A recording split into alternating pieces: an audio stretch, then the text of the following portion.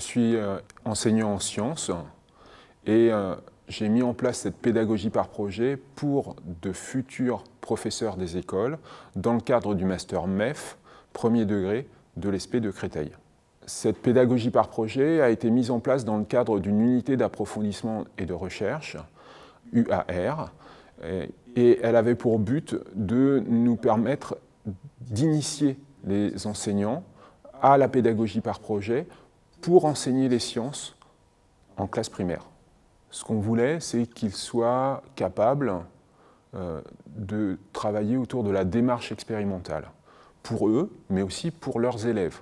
Il fallait qu'ils puissent faire passer cette démarche expérimentale, qui est essentielle dans la vie de tous les jours, auprès de leurs élèves de classe primaire. Ça, c'est la première chose.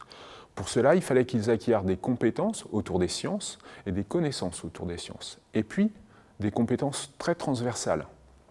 En sciences, à l'heure actuelle, il est très difficile de développer un projet tout seul dans son coin. Donc, même chose à l'école. Dans une école qui veut monter un projet sciences, il est assez improbable que l'enseignant puisse le monter tout seul. Il va devoir travailler avec ses collègues autour de ce projet, peut-être différentes classes, différents niveaux, et c'était tout l'enjeu de cette UAR, montrer que c'est possible de développer un projet sciences sur un ou plusieurs niveaux, une ou plusieurs classes dans une école.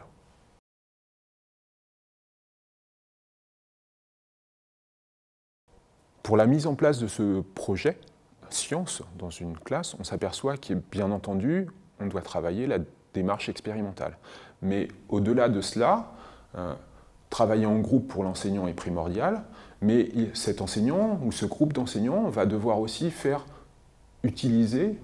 d'autres démarches pour pouvoir réaliser leur projet, notamment des démarches auprès des financeurs pour trouver de l'argent. Donc il va falloir pouvoir communiquer, il va falloir pouvoir estimer le budget, il va falloir pouvoir trouver des ressources scientifiques pour aussi réaliser l'expérimentation. Et toutes ces compétences-là, on va essayer de les travailler lors de la mise en œuvre de ce projet en classe, en petits groupes. Et l'idée va être de ne pas travailler les scientifiques d'un côté, les non-scientifiques de l'autre, mais justement de créer des petits groupes où il va y avoir mixité de ces deux filières, de ces deux formations, on va dire, et de pouvoir ainsi tirer le meilleur des étudiants, puisque les scientifiques arriveront avec certaines compétences, d'autres auront d'autres compétences. Ils peuvent très bien venir de filières sciences économiques et sociales, avoir des idées de comment on gère un projet, avoir fait de l'histoire, avoir fait de l'anglais. Et donc, c'est toutes ces compétences-là qu'on va essayer d'agglomérer pour monter un véritable projet ambitieux pour l'enseignant, mais surtout ambitieux pour les élèves. En fait, la motivation des apprenants, elle est là à partir de la deuxième, troisième séance, à partir du moment où ils ont passé le cap du fond du trou, parce qu'on les a jetés en haut de la falaise, et il fallait qu'ils se débrouillent par eux-mêmes.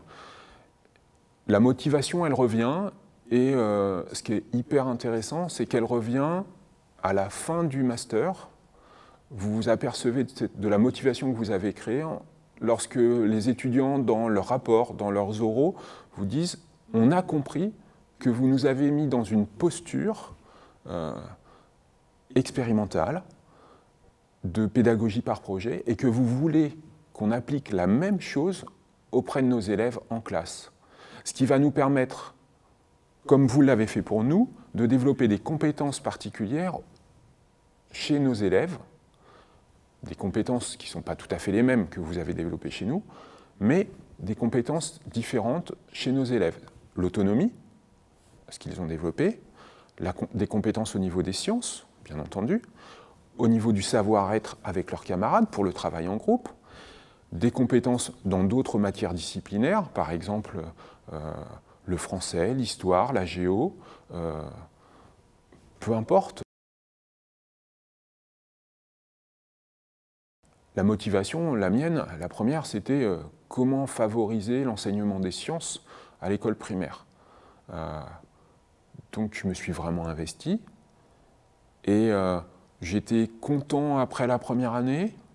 Et en fait, je suis de plus en plus heureux quand je revois mes étudiants au bout de la deuxième année.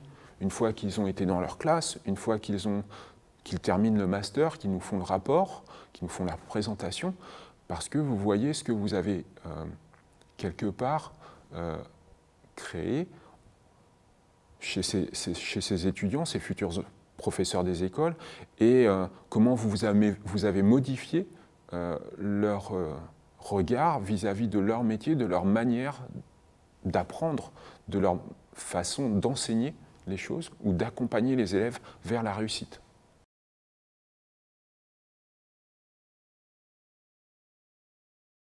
Quand on se lance dans ce type de choses, dans ce type de pédagogie, au départ, on y va avec conviction, on pense que ça va marcher, que tout va rouler. Les premières semaines sont aussi difficiles pour moi que pour les étudiants, parce qu'il faut les mener, il faut être vigilant, il faut faire attention aux groupes qui ont été constitués de travail.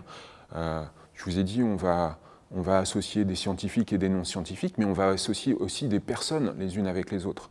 Donc faire attention que les caractères correspondent, qu'ils peuvent s'entendre, qu'ils peuvent travailler ensemble. Ça, c'est vraiment quelque chose aussi d'important et d'intense pour nous.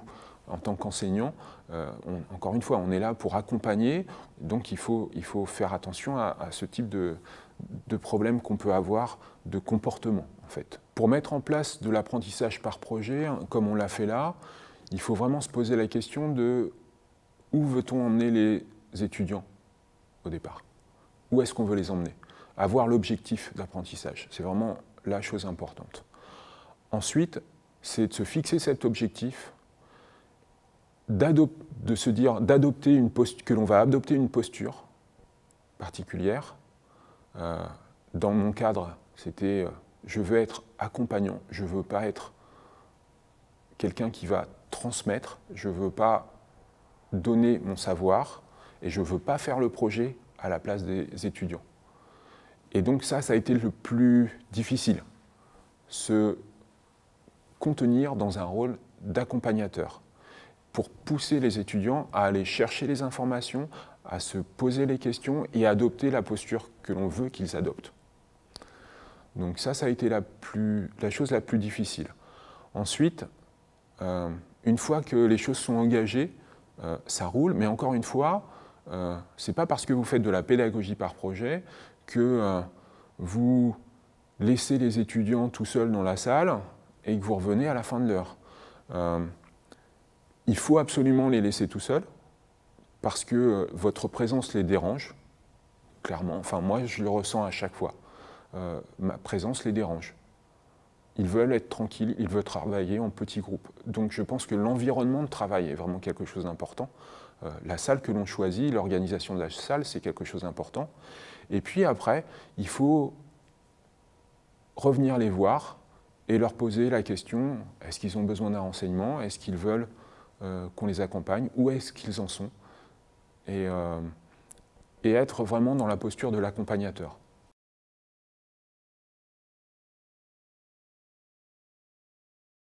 Enfin, ce qu'on pourrait conclure, c'est où j'ai été impressionné, c'est lors des oraux terminaux, où les étudiants arrivent et vous disent « on a compris que vous nous avez mis dans une situation que vous voulez qu'on reproduise, une posture que vous voulez qu'on reproduise auprès de nos élèves. » Certains ont même été plus loin. Certains se sont pris à juste titre pour des chercheurs, ont poussé la posture réflexive jusqu'à se poser la question, est-ce que je suis tout seul à vouloir monter des projets sciences ou utiliser de la pédagogie par projet dans mon école ou pas?